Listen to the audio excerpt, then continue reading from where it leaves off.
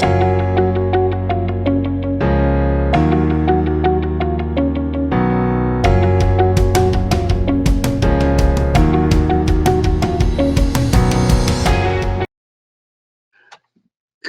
morning or afternoon, where you're located. This is Stuart Blumenthal and Carol from ETHOSystems. We're excited to continue on with our monthly webinars on Sage Intacct.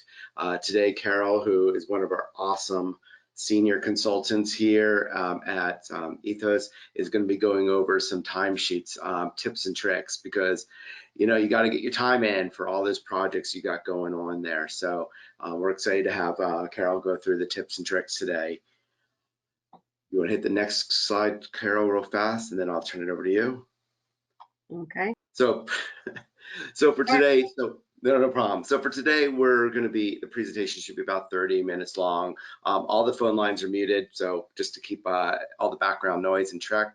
If you have any questions, I'm going to be monitoring the Q&A functions within the system here, so feel free to put any questions in there. And if you want to copy the presentation when it's done, or even now, just put your email address in there. I'll make sure we send out the copy of the PowerPoint.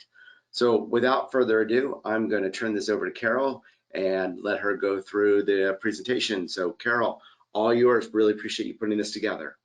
Thank you, Stuart, and good afternoon and good morning, everyone from wherever you're joining. Thank you for taking this time to come and learn or listen to me talk about timesheets or what I know about timesheets and Intacct. And I'm gonna go ahead and get started. And hopefully I'm not gonna move too fast, but you know, we do know that people like to get paid, and we do know that we need to record time that people put on projects or what they work on. So it is really important to understand how we can do that in Sage Intacct. And so without further ado, I'm going to walk you through from, you know, and give you some tips and tricks, if you will, and kind of just walk you through the workflow from beginning to end, ideally.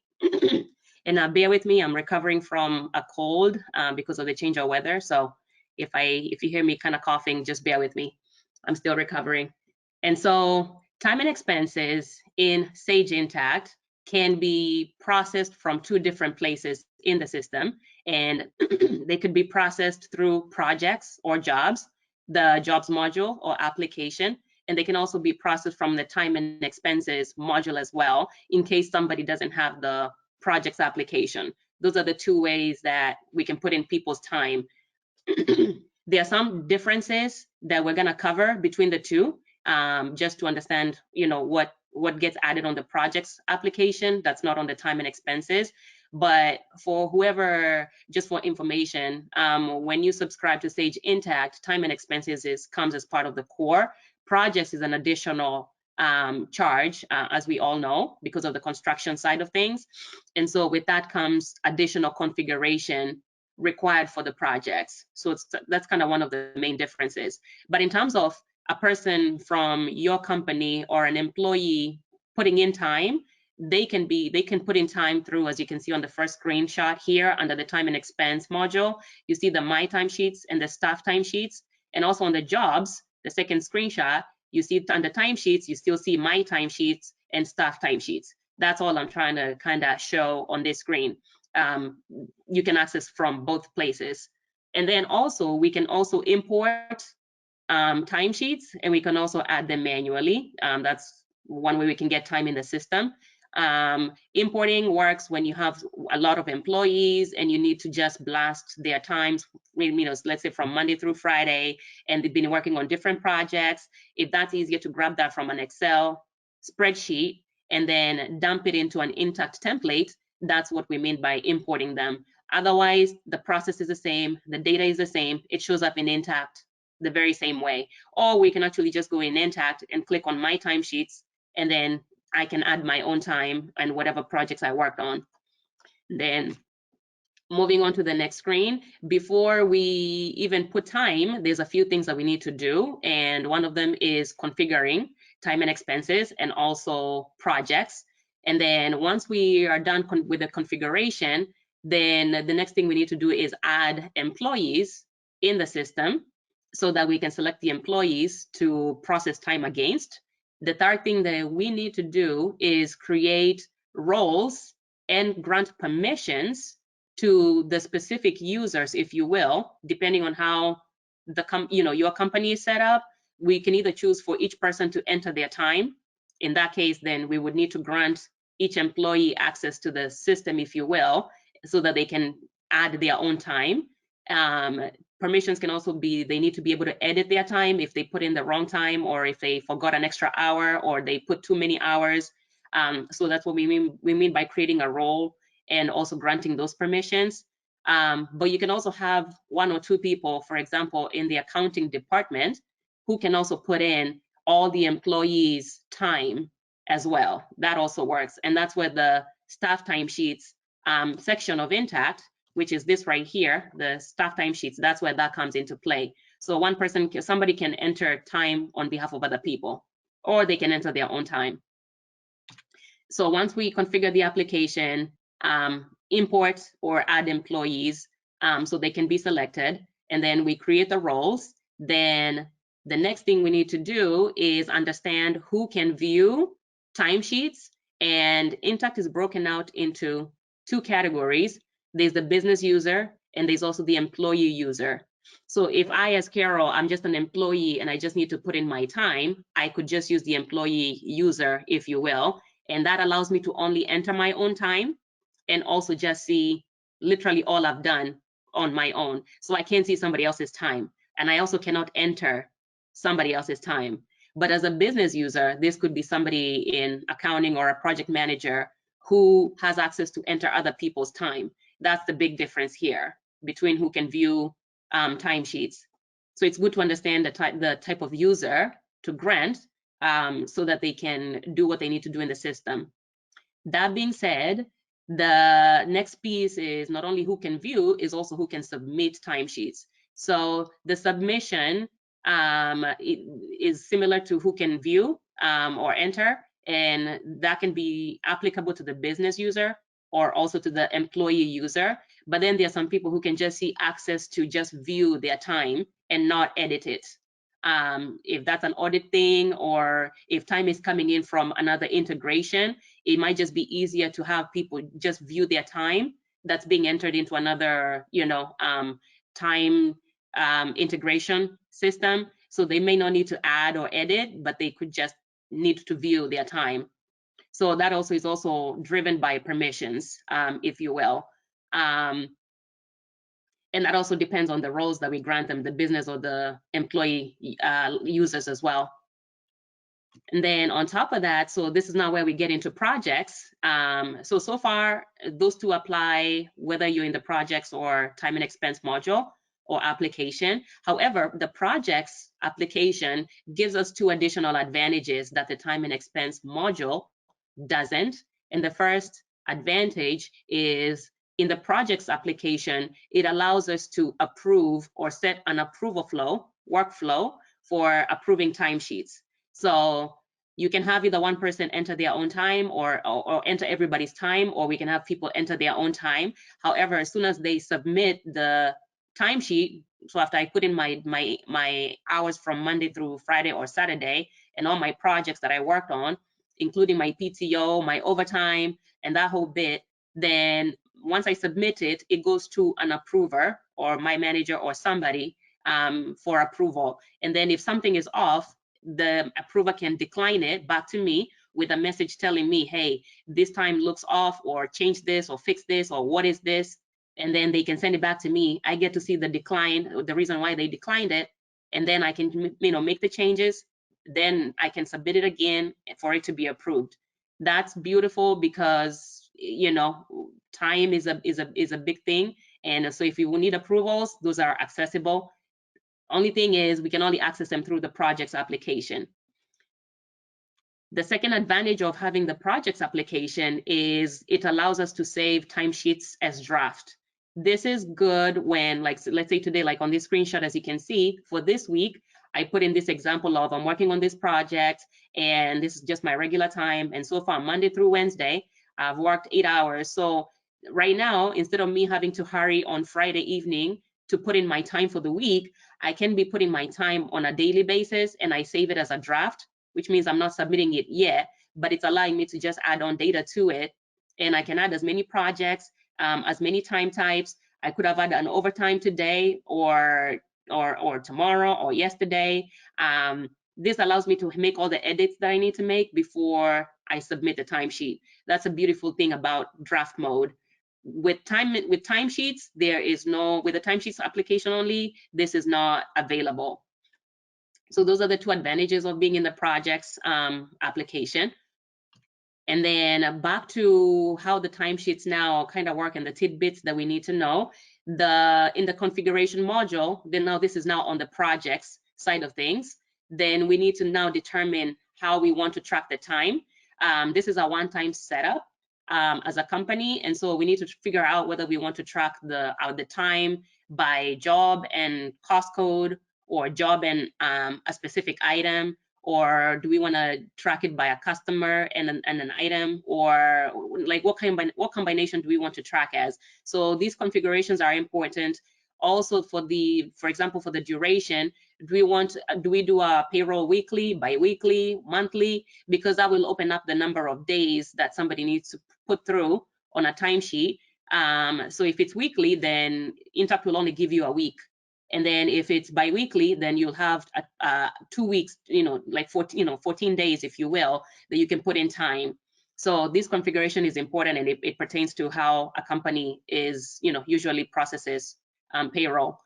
And then, excuse me. Then the other thing, and then for the other beautiful thing about timesheets is we can also enable timesheets to be billed or billable. So if I worked on a project and I spent 3 hours, those 3 hours can be billable, as long as the project is also set up for, for being billable as well. So there's a few more configuration steps down the road on the project side of things, but time can be billed against, if you will. And then to go along with the configurations, the other thing to keep in mind is these are some of the things that if we don't set these up right, then the timesheet entry process will fail and it won't work. So one of the things that must exist is an employee must exist in the system for them to be selected for time to be entered against. We also need to have a begin date for the time period, which is really set up here in this weekly, bi-weekly, in this timesheet duration. That's where that's figured out. So if it's weekly, then Intacct is smart enough to figure out and when the week kind of starts, and I think we can also configure that. So, but if you choose to start it on a Sunday or a Saturday, once we put that setup correct, then the weeks just kind of propagate as we go. And so the begin date has to be inputted. So if the week begins on Saturday, then that's the date that the weeks will begin. And then if we're tagging in on the job and cost code, or customer or item, whatever these toggle buttons we've selected, those must exist, which means a project must be entered and a cost codes have to be tagged onto the project first before we can even we can put time in.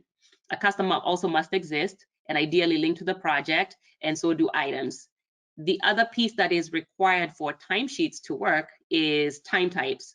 And now this applies for whether it's regular time, overtime, double overtime, PTO, sick days, COVID, name it. Whatever those time types are, those need to be entered in the system, because they also are hitting different GL accounts. And this is all relevant to how each company is set up. And then the other last thing that's required is somebody needs to actually put in actual hours, whether it's 4 hours, 8 hours, 12 hours a day, before the timesheet is submitted. Now, some of the things to keep in mind, I think I've already mentioned this, cost codes must exist on projects. Otherwise, we're gonna have to set them up on the fly, which is very time consuming when we're entering a timesheet. So it's always best that they are added on the projects. And then these dimensions must also exist and cannot be inactive. So if we're trying to apply time against the project cannot be inactivated until, if you will, the final timesheet is submitted. The employee cannot be made inactive if there's still hours that need to be booked against the project. The customers can also not be, or clients can also not be inactivated. Cost codes also should not be inactivated. GL accounts that are labor related should also not be inactivated. Pretty much any type of dimension, if you will, which is Intacct speak, that is hinging on time entry cannot be inactive. Otherwise, that timesheet entry will fail. And then the other final thing that we should, and again, it's all dependent on each company, is setting up a transaction, something called a transaction rule that captures the overhead, if you will, to add to each project. So for example, if, let's say, I'm going to use myself as an example, if my normal pay, hourly rate is $20 an hour, if you will, but we need to create a markup when we're billing. Now this comes to the side of the billing for the work done on the project. If we now need to bill for labor, and let's say the markup rate is another $20, then that needs to be set up so that the invoice, the invoice that the customer or whoever will receive will show $40 charge and not my actual rate of 20. That rule right there needs to be set up and applied on each project, if that makes sense. And then back on the time types and earning types, these also must exist before time entry can begin. And time types, they literally are one and the same, but they need to exist in the system. Also, each employee needs to be ranked as either salary or hourly, because as you can see on this earning type snip right here on the calculation method, that hourly is also looking for each employee to see, okay, Carol is set up as an hourly employee at the rate multiplier of 1, which means if my rate is $20 an hour, then, and I worked 10 hours, then the GL entry that will now debit this account, 5,001, if you will be the $20 an hour times how many hours I worked. So this hourly also hinges on the employee being set up as hourly. That's how Intacct knows to not touch the salary or anybody who doesn't have a earning type, if you will, in the system. And then the time types also hinge on the earning type, as you can see on here on this time type information screenshot. There's the time type, which is regular or regular hours, if you will, and then the GL account to hit.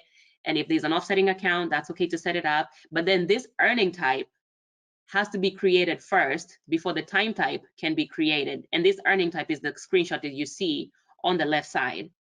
So it's a cascading workflow effect where one affects the other, The employee has to have the hourly rate on there. The earning type has to be set up, which now hinges onto the time type, if you will.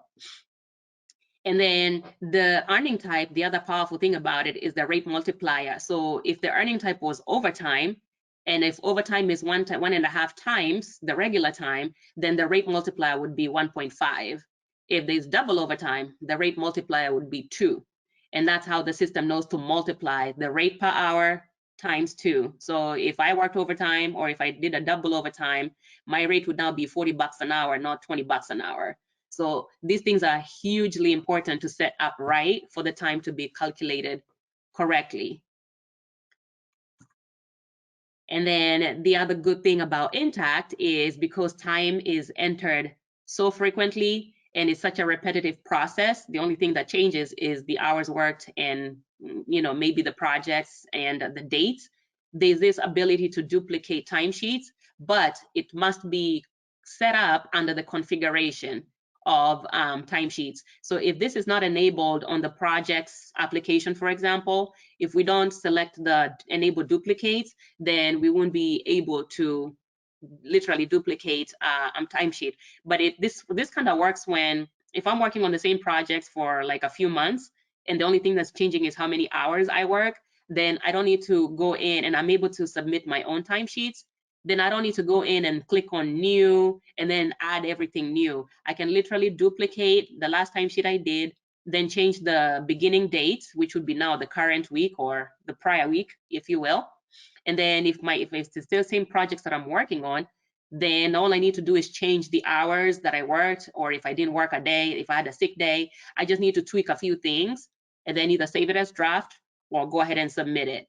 So this becomes very powerful in terms of saving time and efforts, so that people can actually do, you know, other work, if you will.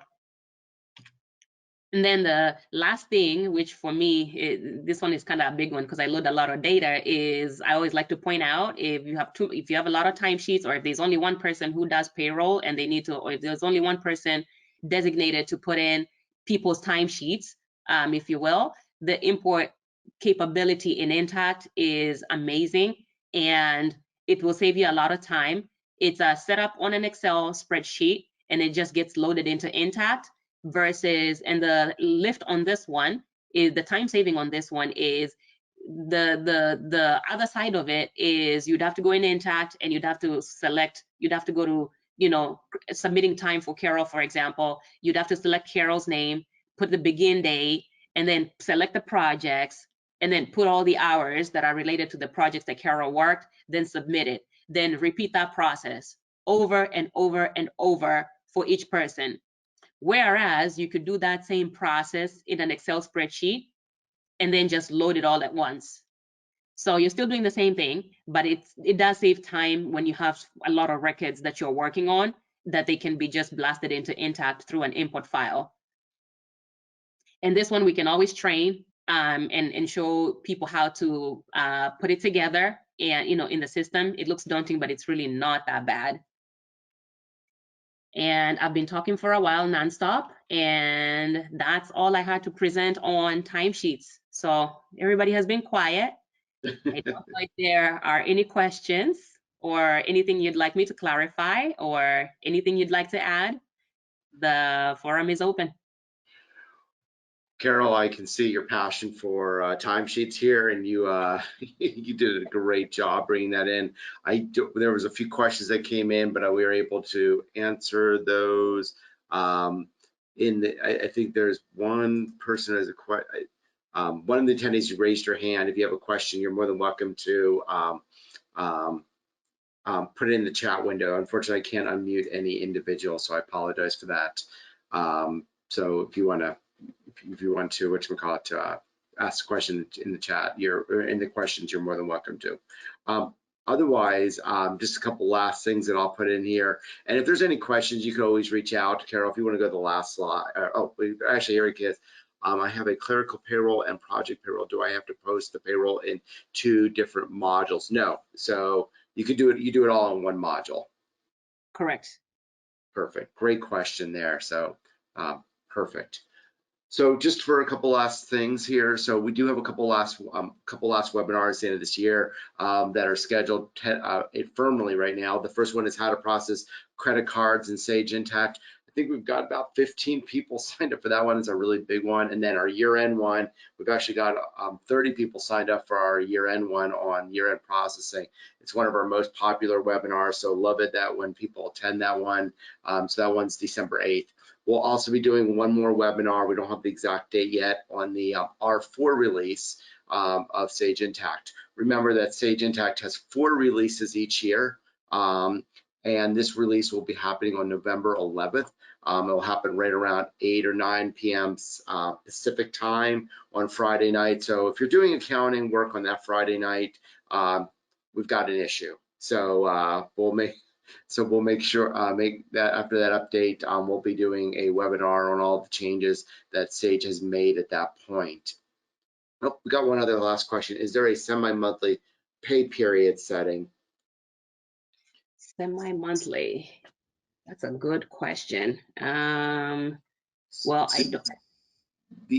So based upon how you bring, so a lot of people just the pay period is separate from the time entry. So for example, that's something to keep in mind. Now, Carol, I got your cough going here. So what ends up happening is that, remember, your pay period is when you actually pay the people.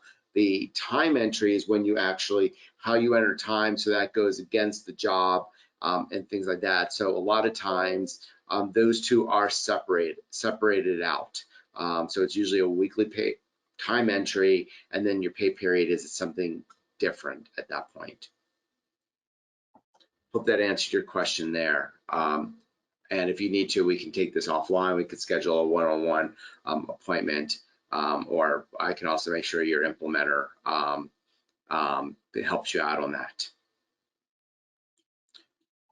And I think that is it. If you want to hit the next slide, just what you can do, go one more there and show your, oh, that's my email address. And if you go to hit the home button, Carol, if you go to the very first two, they're more than welcome to email you directly as well. So hope this was worth everyone's time today, and really appreciate everyone's attending. Carol, I know you put a lot of time into preparing for these. I know that, you know, it's not like you just throw together a PowerPoint. So really, really appreciate the time you spent putting this PowerPoint together and putting this presentation together. I know you spent several hours doing that. So much appreciated from the Ethos team. Thank you, Stuart. It was a pleasure. Awesome. Well, have a great day, everyone, and appreciate your time. Take care. Have a good one. Bye.